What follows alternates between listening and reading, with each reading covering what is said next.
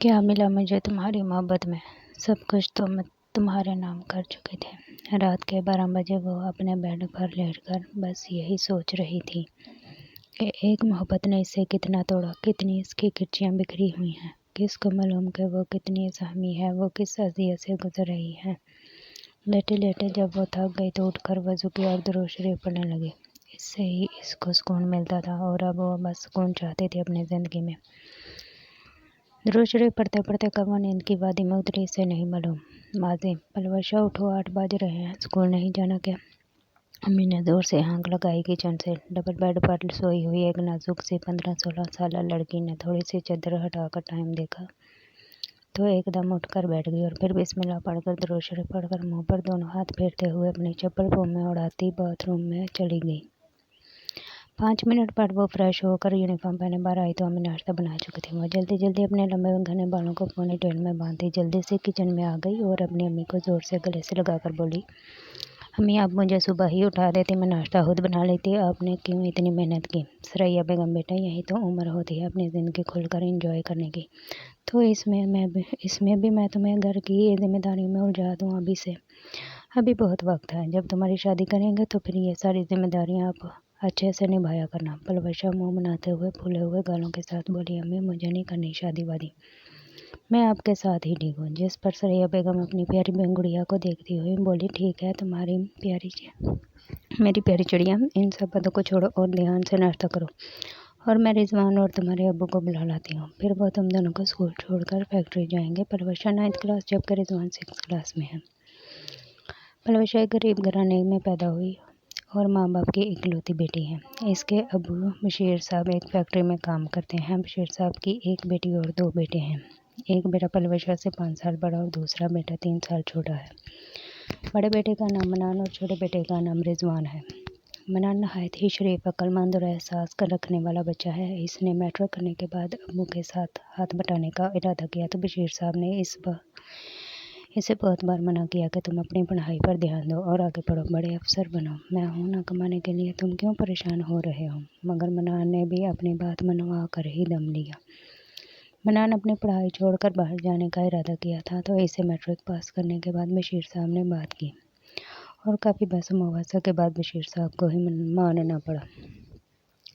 लेकिन सरैया बेगम अपने बेटे से जुदाई का सोच कर ही रोई जा रही थी और बार बार मनान को जाने से रोक रही थी कि तुम सब ही तो मेरी ज़िंदगी हो, मैं कैसे जी पाऊँगी। जिस पर मनान शिद्दत और जज्बात से माँ के गले लग गया और वो भी रो दिया और कहा, अम्मी अब बाबा इतने सालों से हमारे लिए मेहनत कर रहे हैं, हमारी हर वर्ष हर खुशी हर छोटी बड़ी ज़रूरत का ख्याल रखे हुए हैं, तो मेरा भी फ़र्ज़ बनता है कि मैं उनके लिए आपके लिए अपने बहन भाइयों के लिए कुछ कर सकूँ। फिर इसके लिए यहाँ पाकिस्तान में रहकर मैं कुछ नहीं कर सकता, इसलिए मुझे जाने की इजाज़त दें। इस तरह मनान ने अपनी माँ को भी मना लिया था। अब बारी थी पलवशा को और रिजवान को मनाने की, क्योंकि पलवशा अपने दोनों भाइयों से बहुत अटैच थी, लेकिन मनान जानता था कि इन दोनों को कैसे मनाना है। मनान ने जल्दी से चॉकलेट, बर्गर, पिज़्ज़ा और कुछ ड्राई फ्रूट्स ऑर्डर किया और खुद वो फ्रेश होने चले गया। जब तक वो फ्रेश होकर आया तो सब कुछ आ चुका था। मनान ने सारी चीज़ें ट्रे में रखी और पलवशा के कमरे की तरफ बढ़ गया और साथ ही रिजवान को बुला लिया।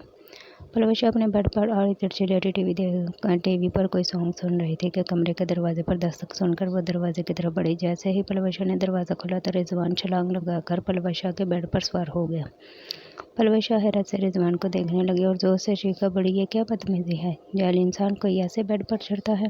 इससे पहले कि रिजवान कुछ बोलता मनान अंदर दाखिल होता है और पलवशा के कान करीब होकर जोर से बोलता है, सरप्राइज। पलवशा हड़बड़ाकर अपने कानों पर हाथ रख लेती है और फिर मुंह फुलाकर कहती है, मनान भैया आप भी ना, अभी मेरे कान के पर्दे फट जाते। तो मनान इस वक्त अपनी छोटी बहन पर टूटकर प्यार आता तो वो इसके फूले हुए गालों को जोर से पकड़कर कूची कूची करने लगा, जिस पर पलवशा रोने वाली हो गई और रिजवान पास खड़ा जोर से हंसने लगा। मेरी मोटो नाराज़ हो गई है भाई से क्या?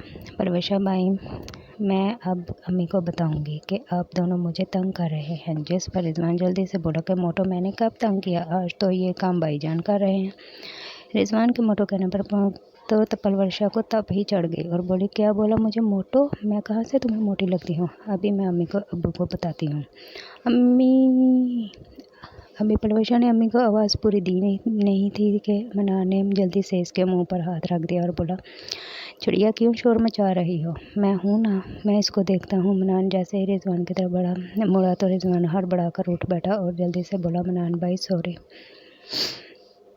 मैं तो मोटो मेरा मतलब है परवशा से मजाक कर रहा था, लेकिन आप भूल गए कि किस काम से आप आए थे। तो मनान औरतों की तरह अपने माथे पर हाथ मारकर कहता है, ओ शिट, मैं तो वाकई में भूल गया कि मैं किस काम से आया था। परवशा इन दोनों को देख रही थी और सोच रही थी कि किस काम से आए हैं। इसकी मुश्किल जल्द ही ख़त्म हो गई जब मनान ने साइड टेबल पर से ट्रे उठाकर बेड पर रखी। परवशा हैरत से सब देख रही थी कि आज तो कोई खास दिन नहीं, फिर इतना सब कुछ किस लिए? मारे तजस्सुस के परवशा ने रिजवान से पूछा कि यह सब क्या है और किसके लिए है और कहाँ से आया है ये सब?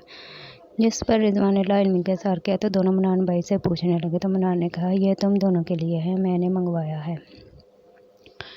रिजवान बोला, लेकिन क्यों भाई, कोई खास बात है क्या? कहीं आपको कोई लड़की तो पसंद नहीं आ गई और अम्मी अब्बू को राज़ी करने के लिए हमें रिश्वत दे रहे हैं? परवशा ने रिजवान की बात पर इसको घूर कर देखा तो मनान का तो सदमे से मुंह ही खुल गया। नहीं भाई रिजवान साहब, ऐसी कोई बात नहीं है। परवशा मनान की बात काटते हुए बोली, तो भाई फिर आपको पैसे चाहिए होंगे अब्बू से। अब तुम दोनों चुप करके मेरी बात सुनो, तो मैं बताऊं ना तुम दोनों को। जिस पर तुम दोनों चुप हो गए। फिर मनान ने बात का आगाज़ करते हुए कहा कि बात असल में ये है कि मैं मस्कत जा रहा हूँ। परवशा और रिजवान ने एक दूसरे को देखा तो परवशा ने पूछा, लेकिन क्यों भाई?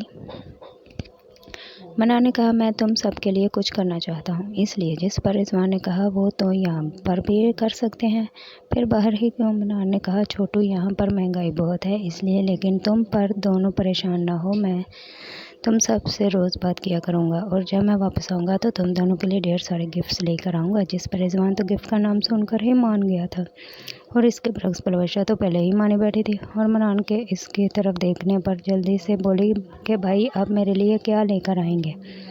मनान ने कहा, जो मेरी चिड़िया की फरमाइश होगी वही लेकर आऊँगा। अब जल्दी से आप ये सब खा लो, पहले ही ठंडा हो गया है सब कुछ। फिर तीनों ने मज़े से खाना शुरू कर दिया।